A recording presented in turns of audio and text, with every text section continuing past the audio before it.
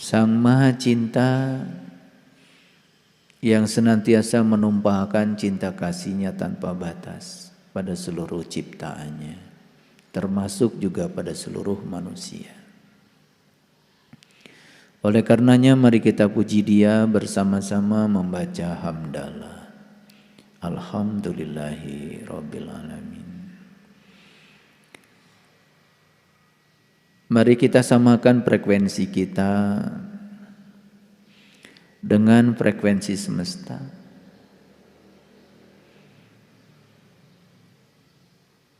Kita resonansikan diri kita dengan kecerdasan semesta tanpa batas, agar mengalir pengetahuan semesta ke dalam diri kita tanpa batas.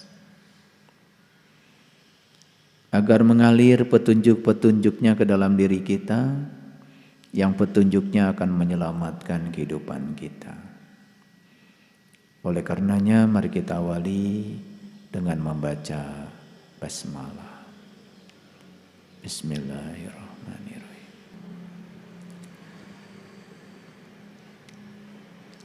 Ada 7 macam kekeliruan seseorang dalam belajar spiritual. Pada umumnya, orang yang belajar spiritual itu menargetkan sebuah tujuan atau menargetkan sebuah tujuan akhir dari perjalanan spiritualnya. Itu kekeliruan yang pertama. Sehingga ketika seseorang merasa sudah sampai di tujuannya, itu sangat berbahaya. Karena di titik itu seseorang akan mengalami kondisi yang disebut dengan sum'ah. Kondisi yang disebut dengan ujub. Ada perasaan bangga diri karena dia sudah mencapai tujuan. Sehingga kalau ada orang yang mengatakan saya sudah sampai kepada Allah, sebetulnya orang itu belum sampai kemana-mana. Karena Allah yang tanpa batas, Allah itu bukan sebuah titik akhir. Oleh karena itu maka ketika kita melangkahkan kaki di jalan spiritual, nikmati saja setiap episode perjalanan kita apa adanya. Jangan pengen cepat sampai, karena kita tidak akan sampai. Sampai kemana? Jangan pengen cepat bisa, karena kita mau bisa apa? Justru orang yang sukses belajar spiritual itu cirinya semakin tidak bisa apa-apa. Jangan menargetkan kita menjadi banyak memiliki pengetahuan. Karena begitu kita mengatakan diri kita banyak memiliki pengetahuan, berbahaya. Kita akan mulai menjustifikasi orang lain yang dianggap oleh kita tidak punya pengetahuan sebanyak kita. Jadi spiritualitas itu tidak ada tujuan akhir. Tidak ada target yang harus dicapai. Makanya orang yang menargetkan harus mencapai sesuatu, lihat saja perjalanan spiritualnya akan mengalami kebosanan. Karena dia terus menunggu untuk mendapatkan target yang dia ingin capai. Itu kekeliruan spiritual yang pertama yang sangat berbahaya, dan umumnya kalau tidak diingatkan seperti ini banyak yang terjebak di situ. Tidak ada sebetulnya tujuan hidup Tidak ada. Karena hidup itu sendiri adalah tujuan. Tidak usah menargetkan masuk surga nanti, karena sesungguhnya surga itu di sini sekarang. Dan siapa yang memikirkan masa depan dengan tujuannya, maka dia akan melupakan saat ini. Itu kekeliruan yang pertama. Dan saya banyak sekali mendapatkan keluh kesah dari para pejalan spiritual karena dia merasa seakan-akan dia belum sampai. Pertanyaannya, mau sampai di mana? Sampai di sini saat ini kita tuh sudah sampai. Terima saja saat ini di sini sekarang apa adanya, sudah sampai. Mau sampai kemana? Nah, orang yang berpikir seakan-akan spiritualitas itu di masa depan, itu karena dia sedang digarap oleh ilusi pikirannya sendiri. Dan dia anggap yang sempurna itu adalah yang diciptakan oleh pikirannya, bukan yang sedang dijalani di sini saat ini sekarang. Padahal yang sempurna itu yang sedang kita jalani, yang nyata saat ini, bukan yang direkayasa oleh pikiran kita sendiri. Itu yang pertama. Yang kedua, kekeliruan spiritual yang dialami banyak orang adalah mencoba membandingkan dan menilai diri kita seakan-akan lebih baik dari orang lain. Banyak yang mencoba membandingkan dirinya lebih baik dari orang lain, lalu ketika dirinya merasa lebih baik dari orang lain, yang terjadi adalah dia mulai menilai orang lain. Bahkan lebih jahat lagi, dia mulai menghakimi orang lain. Sehingga proses penghakiman itu terjadi, yang seharusnya penghakiman itu tidak terjadi bagi seorang pejalan spiritual. Begitu ada penghakiman, dia mulai terjebak oleh benar salah. Mulai ada terjebak oleh baik buruk. Itu kekeliruan yang kedua. Kekeliruan yang ketiga yang tidak disadari adalah mencoba menghubungkan spiritualitas dengan benda, kejadian, atau hal-hal yang bersifat supranatural. Ada orang yang belajar spiritual kemudian mendapati benda-benda yang dianggap goib. Dapat merah delima, dapat keris ajaib, katanya peninggalan para leluhur, dan lain sebagainya. Itu bukan spiritual.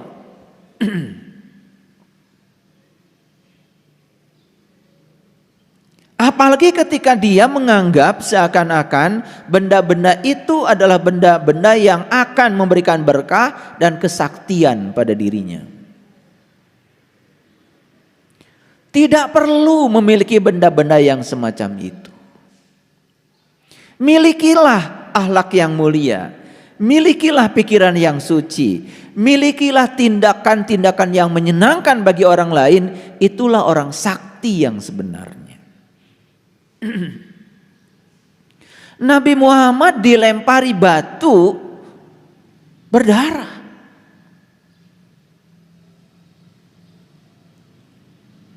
Karena beliau ingin menunjukkan kepada kita bahwa beliau itu tidak mengajarkan hal-hal yang di luar natural.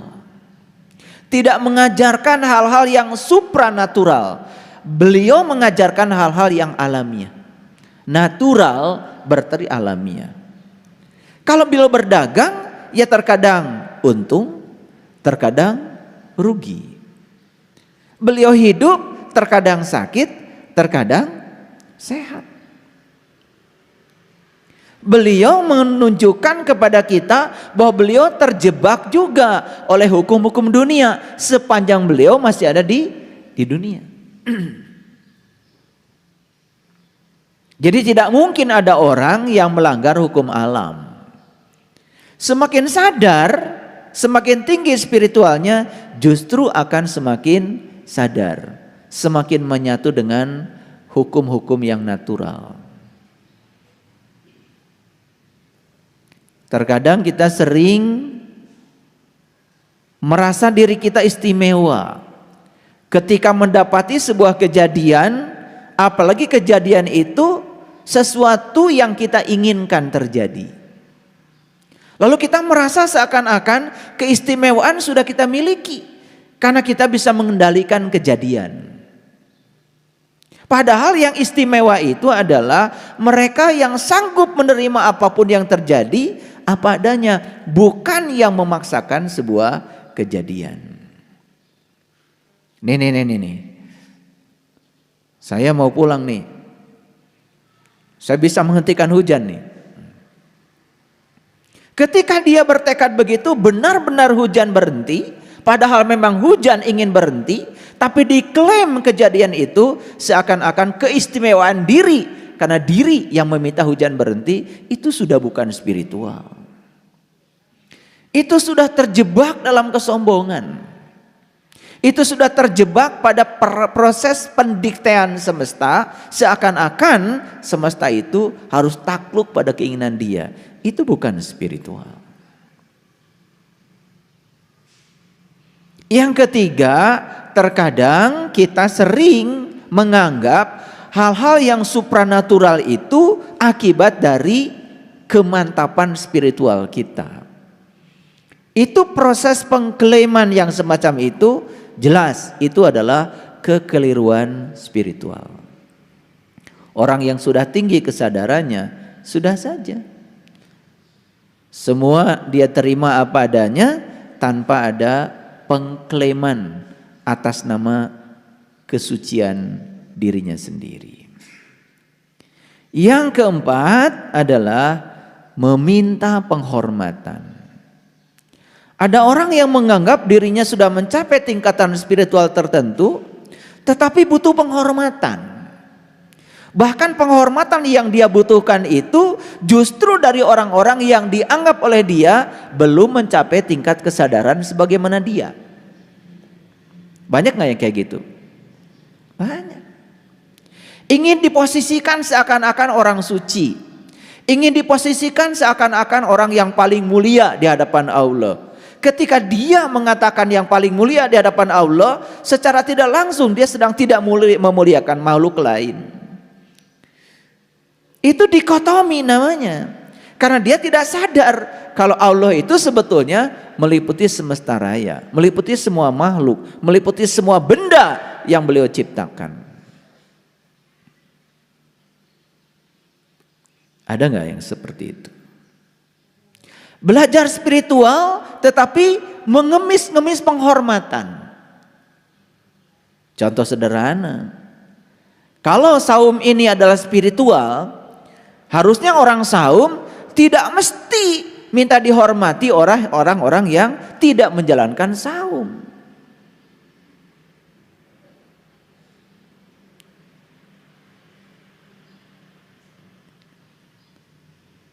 Ada orang lagi sholat, nih lagi sholat, spiritual kan? Lalu ada orang yang berisik karena dia tidak sholat. Dia marah kepada orang yang tidak sholat karena dianggapnya orang yang tidak sholat mengganggu dia karena dia sedang sholat. Ini merengek-rengek penghormatan. Harusnya dia menghargai yang tidak sholat. Bukan dia ingin dihargai oleh yang tidak sholat. Paham? Ini kekeliruan yang kalau tidak dijelaskan secara rinci seperti ini bisa tidak dipahami. Walaupun saya sudah menulis garis besarnya di artikel. Saya sebetulnya mencoba membuat tulisan singkat, ini pada ngerti enggak ya? Ternyata enggak ada yang tanya. Dan kalaupun tanya pasti nggak saya jawab. Keterlaluan kalau bertanya di WA itu. Kadang-kadang tanya ayat di WA. Coba, bukan saya ingin dihormati, tetapi kan pekerjaan saya banyak, bukan ngurusi HP. Yang namanya menjawab sebuah pertanyaan apalagi ayat di WA, itu kan perlu waktu. Nah, ada kelasnya, kajian khusus. Tanyalah di situ.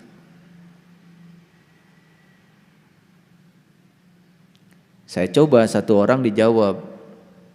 Mulai yang lain juga. Nih kalau 30 orang tanya 30 ayat, sudah seperti apa itu WA grup kita?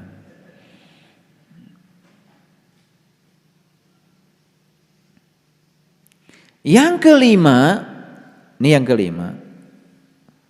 Kekeliruan spiritual yang kelima adalah masih memiliki karakter meminta-minta, bahkan karakter mendikte. Yang paling menonjol adalah meminta-minta dan mendiktekan keinginan kepada Allah. Spiritual macam apa yang semacam ini?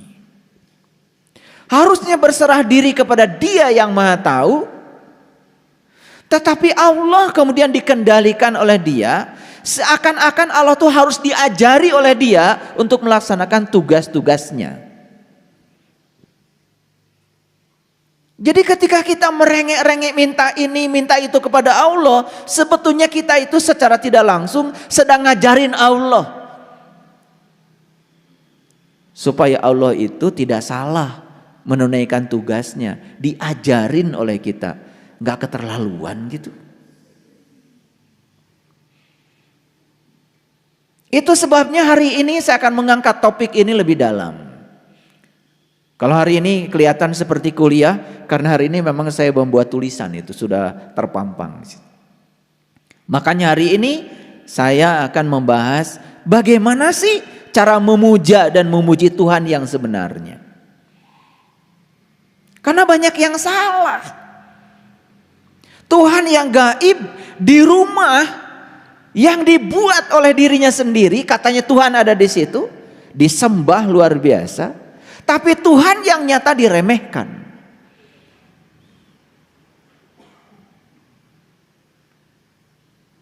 Apa Tuhan itu ada di masjid yang saya buat ini? Dan sampai hari ini saya tidak mengatakan masjid ini adalah rumah Tuhan. Saya bilang masjid aja, tempat kita ngumpul. Karena banyak yang mengatakan masjid itu rumah Allah. Siapa yang bikin masjid? Kalian bukan? Manusia yang terbatas. Bagaimana kita ini bisa menyediakan rumah buat dia yang tanpa batas? Bagaimana kita bisa merumahkan Tuhan di rumah buatan kita sendiri? Bagi orang yang sudah sadar, rumah Tuhan itu bahkan tidak ada pintunya, gak ada jendelanya, ubluk ablak. Itulah rumah Tuhan yang sebenarnya. Ini rumah Tuhan. Dia ada di gunung, dia ada di sungai, dia di semua ciptaannya, di semua bintang, di semua planet. Dia ada di situ. Bahkan dia juga meliputi seluruh ruang kosong dan dia bukan sosok.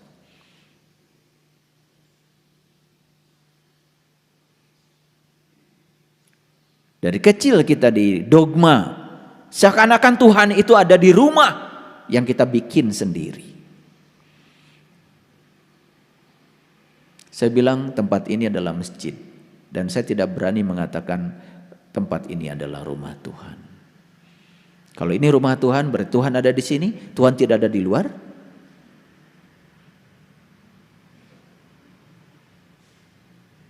Rumah Tuhan itu ubluk ablak.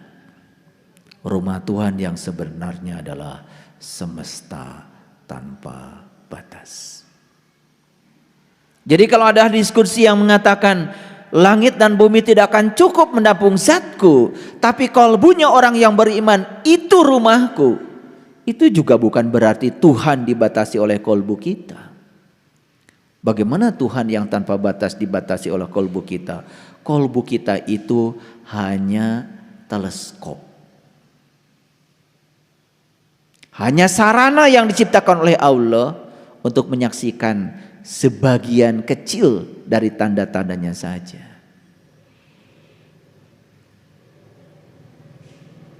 Jadi kalau kita punya teleskop dan kita kemudian memandang bintang di langit, bintang tuh nggak ada di teleskop. Teleskop itu hanya alat untuk melihat bintang. Jadi kolbu itu kira-kira begitulah. Hanya sarana yang diciptakan Allah untuk menyaksikan tanda-tanda beliau. Itu saja, tidak lebih. Ini supaya ngerti nih, mulai dibuka. Ini layarnya saya buka sedikit hari ini supaya ngerti. Konon kabarnya orang yang sedang saum itu katanya cerdas. Ini sudah hari ke-11.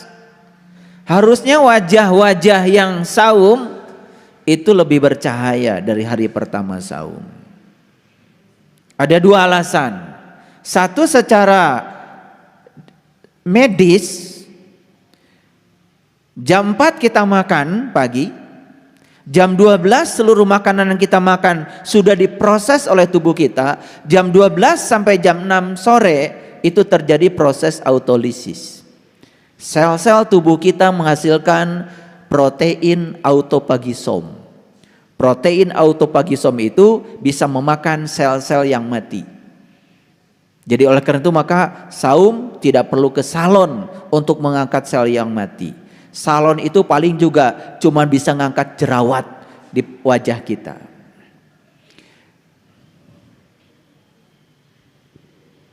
Jadi ternyata tubuh kita tuh cerdas.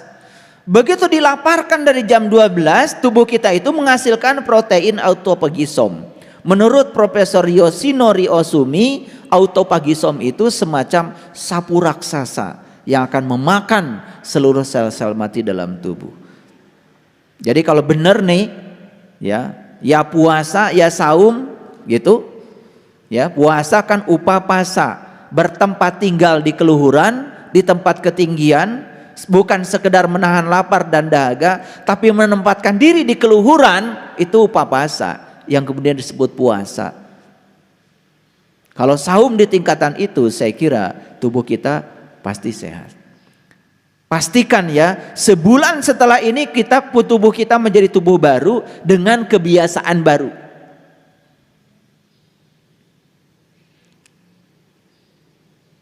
Berapa jam terjadinya proses autolisis? 6 jam. Jam 12 sampai jam 6 sore. Pada saat perut benar-benar sedang lapar. Melaparkan tubuh itu sebetulnya memberikan kesempatan pada tubuh untuk rekonstruksi sel. Jam 6 hati-hati. Jangan diborong. Makanya tidak ada yang lebih bagus ketika kita sedang lapar kecuali makan buah. Karena buah itu manisnya alami, bukan kolak. Kolak apalagi gulanya sangat banyak, itu sangat kaget. Tubuh tidak perlu gula sebanyak itu. Apalagi yang punya penyakit gula, itu bisa pingsan itu makan kolak kebanyakan. Udah kolak pisang, tambah lagi kolak cangkaleng, macem-macem, bubur lemu, udah gitu kelapa muda masih pakai gula juga, borongan. Habis gitu langsung makan besar. Apa-apaan? Yang kayak gini, 11 hari saum rumah. Apalagi yang dimakan pertama kali santapan ketika perut lapar, gorengan. Bala-bala, gehu, pakai cengek, luar biasa. Betul, nikmat. Memang nikmat tuh kuburan.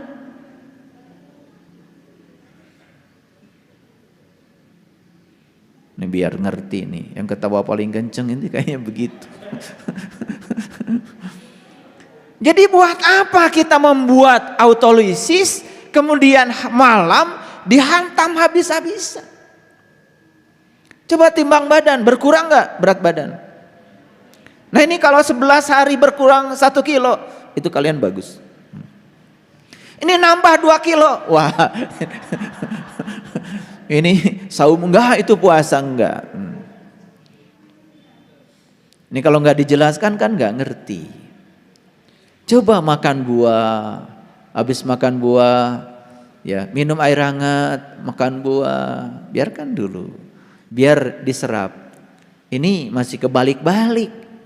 Udah makan sekenyang-kenyangnya baru makan buah belakangan. Itu berbahaya, itu buah akan membusuk.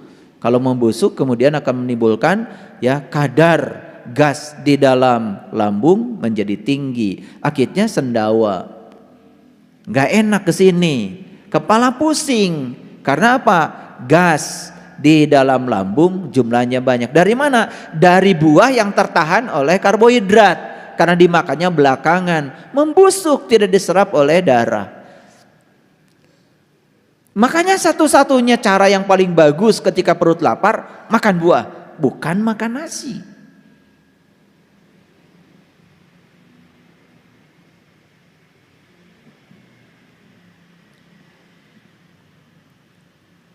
Jadi harusnya 11 hari saum kelihatan lebih segar, lebih ramping. Iya. Senyumnya lebih ikhlas. Ya toh? Gitu. Saya tahu di sini siapa yang makannya sembarangan.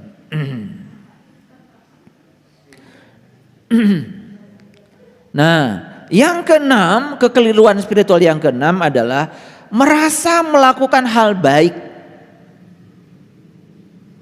Merasa melakukan hal baik. Merasa ya. Apa contohnya? Merasa itu selalu menimbulkan rasa kagum pada diri sendiri. Awas ya. Itu sebabnya kalau sudah berbuat baik, lupakan. Kalau sudah memberi sama orang, lupakan. Jangan berpikir orang akan melakukan balasan yang sama kepada kita. Semesta punya mekanisme sendiri untuk membalasnya. Kan ada itu yang mengajarkan, ya. Kalau kita mengeluarkan mobil Avanza, besok dapat Alphard. Bohong itu. Begitu berpikir ingin dapat Alphard, itu sudah tidak ikhlas.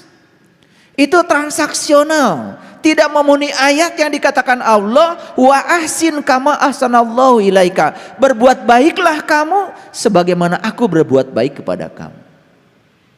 Jadi Allah berbuat baik kepada kita kan lepas, tidak mengingat-ingat kebaikannya. Harusnya kita berbuat baik pada siapapun lepas, jangan diingat-ingat. Nah kalau diingat-ingat itu kita akan merasa sudah melakukan hal baik. Nah yang paling berbahaya adalah timbul rasa kagum pada diri sendiri. Itu bukan spiritual. Spiritual itu mengakibatkan kita menjadi rendah hati, bukan menjadi sombong. Nah kalau saya tidak jelaskan begini nih, banyak yang salah paham. Nah yang apalagi ya, mohon maaf, setiap perbuatan baik selalu saya dikaitkan dengan pahalanya apa? Saya dapat apa nanti di akhirat? Itulah manusia. Kalah sama binatang, kalah sama tumbuhan. Binatang dan tumbuhan mengabdikan diri sepenuhnya untuk kehidupan manusia. Mereka tidak berangan-angan tentang kehidupan istimewa setelah mereka mati. Hanya manusia yang mengangan-angani kehidupan istimewa setelah dia mati. Sudah gak usah dipikirkan. Berbuat baik saja. Tidak usah mengangan-angani kehidupan istimewa setelah kematian. Gak ikhlas itu. Itu yang keenam. Dan yang ketujuh, ya, mencari tingkatan dalam spiritual. Oh, saya mau ambil doa ini, doa itu supaya tingkatan saya naik. Ketika tingkatan dia naik karena sudah banyak mengkoleksi doa-doa, berikutnya dia mulai nanya sama temannya, sudah doa berapa?